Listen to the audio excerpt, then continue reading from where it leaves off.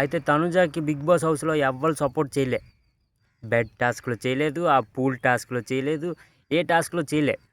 తనకి ఒక్క టాస్క్లో అంటే ఒక్క టాస్క్లో సపోర్ట్ చేయలేదు అనుకోండి, ఎవరికి తనుజకి ఒక్క టాస్క్లో సపోర్ట్ చేయకపోయినా నాకు ఎవరు బిగ్ బాస్ హౌస్లో ఎవరు ఎప్పుడు సపోర్ట్ చేయలేదు అనేస్తుంది తనుజ.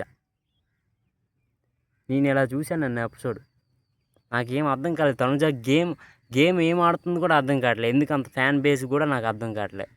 గేము అంటే ఒక్క టాస్క్ సపోర్ట్ చేయకపోతుంది తనుజకి, సీజన్ మొత్తం నాకు ఎవరు సపోర్ట్ చేయలేదు, నేను ఓన్గా వచ్చాను, కష్టపడి వచ్చాను అంటే. అయితే ఇప్పుడు నిజాయితీ గాడు, నువ్వు సొంతంగా ఆడు. ఇప్పుడు ఇమాన్యుయల్ వర్సెస్ తనుజ వస్తే ఎవరు గెలుస్తారు? ఇమాన్యుయల్ గెలుస్తాడు.